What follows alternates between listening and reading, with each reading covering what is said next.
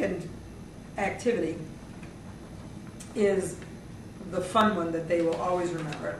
But it begins with a learning of a blueprint, actually.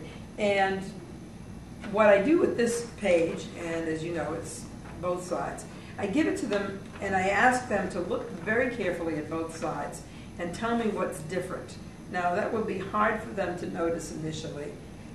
And I would just wait until somebody comes up with the right answer. So, they need to discover that, side one is inches and feet, side two is meters and centimeters.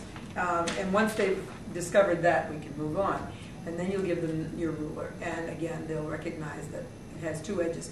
Very often, most of the time, they are familiar with centimeters, and they've been doing that in their math classes. A quick little note that this is a personal thing with me as well. They're going to want to, take it out of the sleeve, and the sleeves will land on the floor. I would always recommend that they put it back in the sleeve to keep it from getting scratched or whatever, and keep the trash off the floor. So anyway, just a thought, you might recommend that to them and have them either put it where it belongs or otherwise. The next thing is, and I've tried this a couple of ways, and the one that seems to work the best way for me is to put all of these buildings in one big Ziploc bag or something like that. And this kit came with it already, which is so nice. And I would just go around the classroom and have them just pull out a building. At one point, I had kind of handed one to each child, and then they, may have not liked the one they got. This way, and they're not going to stand there and decide and look through them all. They're just going to reach in and pull one out. Whatever they get, they picked it. So they pick a building, and they get to name it, and they color it. And the other thing that I would be very conscious of telling them initially is that, now this one's not the same as most of the others, but for the most part, they are boxes, and they just need to simply pop them open.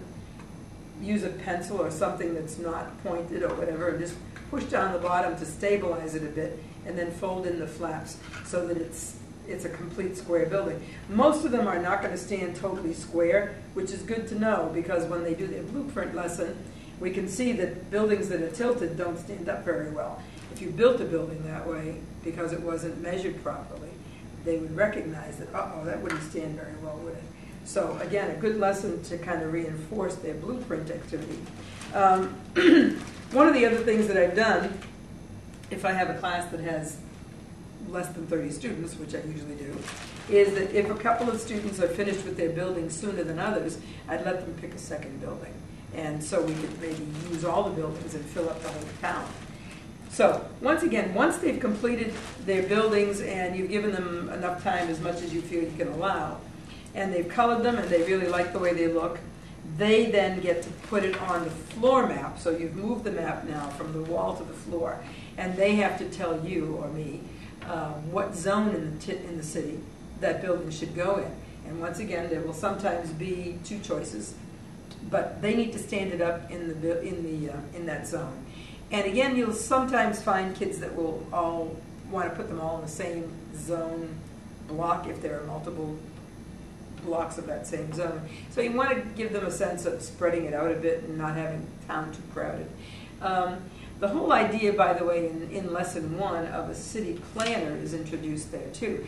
And the idea that one of the ways that I try to reinforce that is by saying, if I wanted to build my house in the middle of that farmland up there, do you think that would be something I should be able to do? Or if I wanted to build it in the middle of the airport because I really like it there and I want to be, do you think that would be a good idea? And they might get the sense right away that probably that's not such a great thing.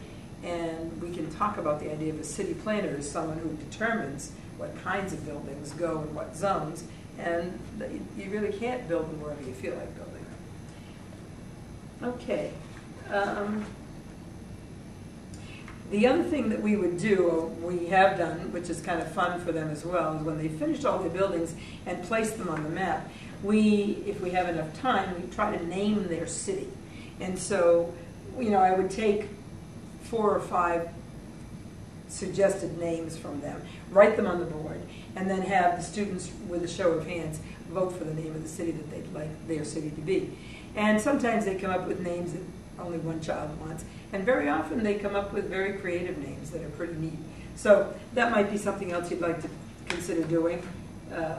It makes it a little more personal to them.